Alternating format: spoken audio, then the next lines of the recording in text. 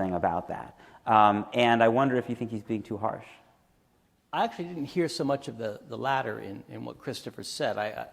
I think that his focus was on focuslessness and on the softness of the pudding of our foreign policy.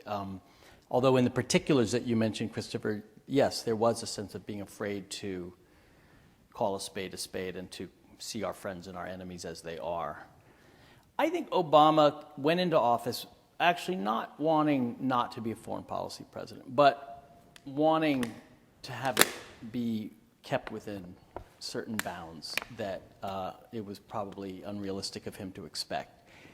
His idea basically was, without saying this, and this is a problem, because if you can't lay it out honestly, then people are going to begin to wonder what holds it all together. He was going to move us away from a foreign policy where terror and the threat of terror was the really all-defining issue, and where everything fell into place in relation to that threat. And instead, being kinder and gentler, giving speeches in Cairo to the Islamic world, in Accra to the underdeveloped world, in Oslo to Europe. He was going to, and with his efforts in Copenhagen and in Prague on non-proliferation, he was going to move us toward renewed partnerships embedded in international institutions. These dreaded words, because they really do make your brain fall asleep as soon as you start to hear them or say them, to solve large problems: global warming, poverty, nuclear weapons. And he would be a non-wartime president. I think that was his idea. And what's happened is that the hardness of the world has pulled him away from what he wanted. I mean, the overwhelming issue of his presidency and foreign policy has been the war in Afghanistan. I think Christopher is absolutely right. This is not a war that Obama wants to be fighting. This is left over from that era when terror was the all-defining issue. And in a kind of one-eyed way, he has stumbled deeper into it, sent a lot of mixed signals in a lot of directions, and ensured that there will be confusion on all sides next July 2011. The Pakistanis and the Afghans take the withdrawal deadline as a sign that we're on our way out. Petraeus and the military apparently don't think it means anything. Liberal Democrats are kind of hoping it means there will be a serious move toward withdrawal. Conservative Republicans are waiting for that moment to bring out the long knives. And that's something we should talk about, is the effect of domestic politics on our foreign policy, because that's everywhere important. So I think he has been unable to achieve or even to spend time on what he thinks are the really important issues, with the war on terror as a kind of secondary, steady state. We can live with it, accepting a certain degree of risk, acknowledging that Al-Qaeda is much diminished. Instead, he is consumed with a war that is all about Al-Qaeda. And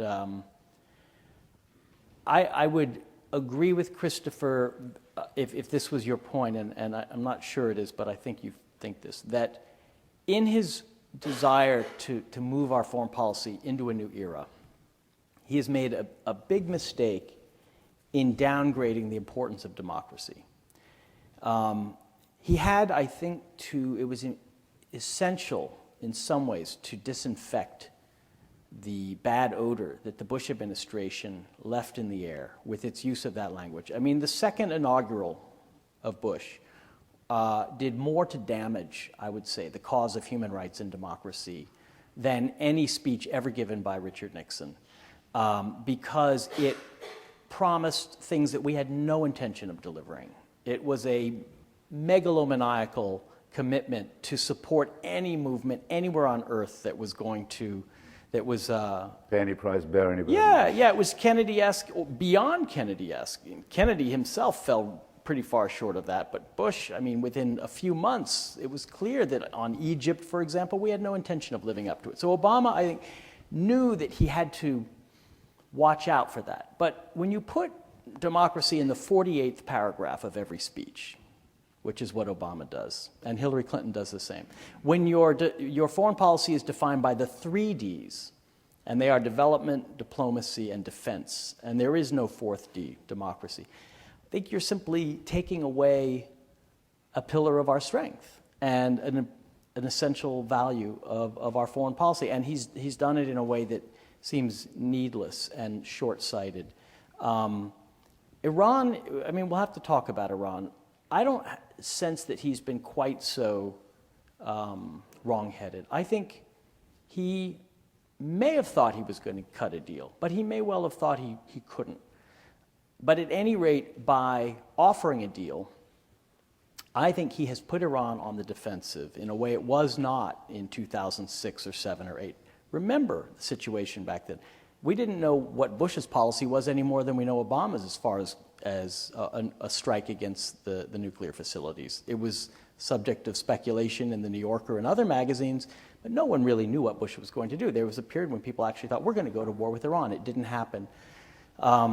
I think it's almost impossible to think Obama would, but what he has done is he's isolated Iran. Iran is no longer, and Ahmadinejad, partly because of domestic politics in Iran, is no longer a swaggering, rising force. And I think the sanctions are an achievement that have to be acknowledged, and that were only possible because we at first feinted toward engagement or made a move toward engagement that was rejected by Iran. I think that was the right thing to do. And Russia and China, which were adamantly opposed 2 years ago, are now more or less on board. So I think that's a place where kinder and gentler was also shrewder.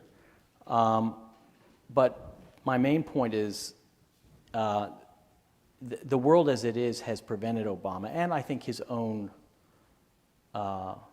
lack of focus has prevented him from having the foreign policy that he wanted to have. Well, Can I just say something Please. directly, just on George's closing points on Iran?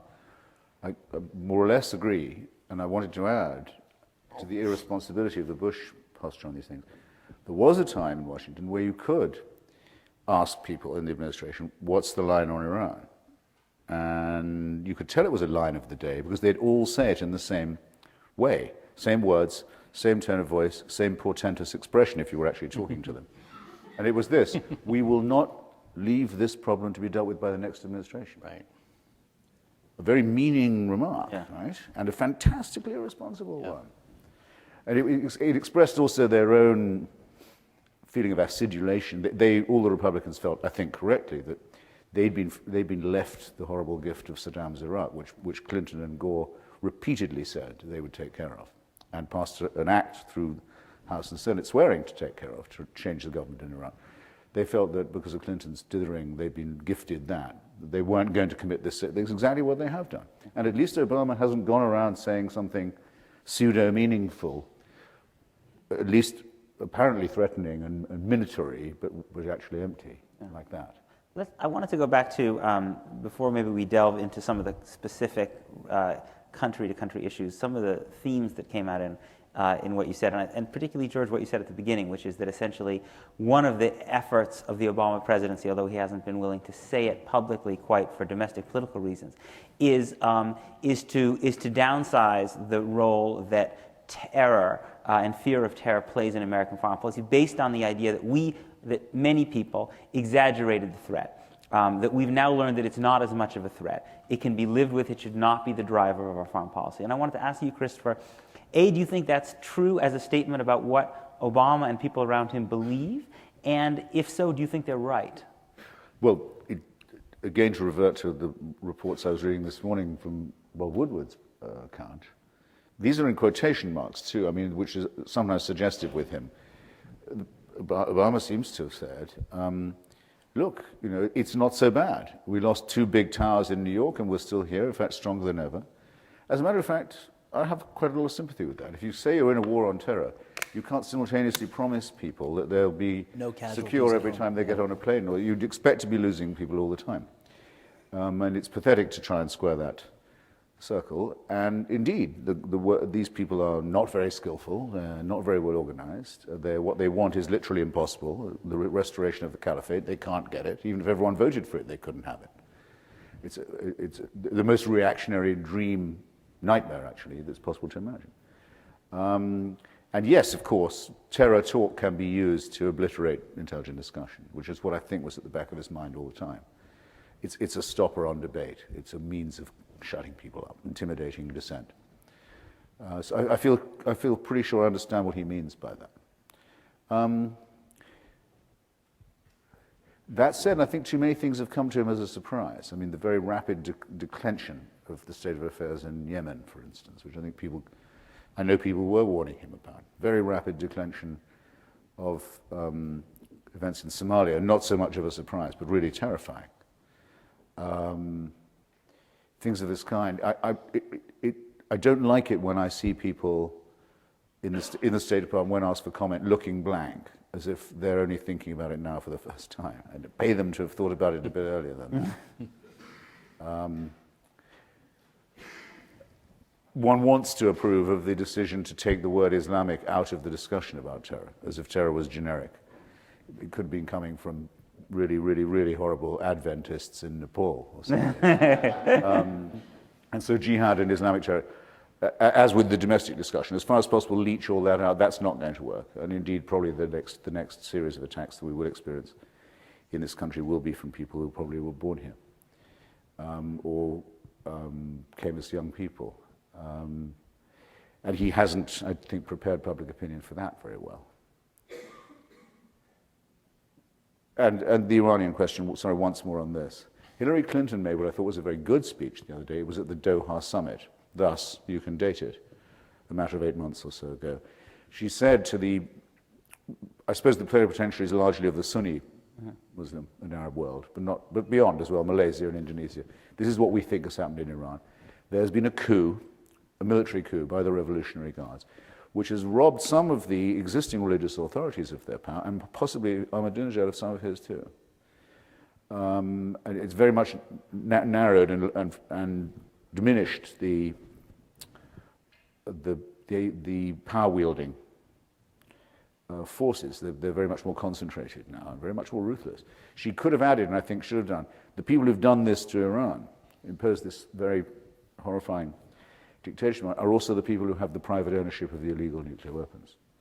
In other words, if you're talking about how to confront this, well, the people responsible for both the things we're worried about just identified themselves as the same, yep. And rather, at the cost of very much isolating themselves within their own country and in the region and beyond. I mean, I'm sure all of you have seen the video of the ambassador of Bahrain, or was it the United Arab Emirates? Which could have video been are you either. Who talking said he was about? supportive of military action. Talking in Aspen Yeah. to our friend Jeff Goldberg, saying, look, we don't. I've heard Arab diplomats say this in private frequently in Washington, but never seen one say it like this in public. What are you waiting for? Mm-hmm. Our lives are unbearable. The idea of living with an Iranian nuclear blackmail regime is intolerable to us. Don't you realize? Mm-hmm. Now, the reason I emphasize this is, apart from its amazing disclosure value and shock value, is this. What is the objective of the administration? The one we were just discussing. To, as far as possible, moderate the tempo of the conversation about one of the world's great religions, shall we call it, Islam to be exact. Well, here we have Muslim governments, and peoples too, begging for protection against a Shia theocracy. Now, people who want to change the tempo of our conversation with Islam, surely ought to be ready to take some advantage of that fact. And they don't seem to be able to. I do think that the administration thinks that the threat was exaggerated. I know for a fact that people in the White House think the Christmas Day bombing, for example, the bungled underwear bombing, was ludicrously inflated by the press and by, going back to my earlier point, the Republican Party, to the point where Obama had to appear before the microphones over and over, and DHS had to,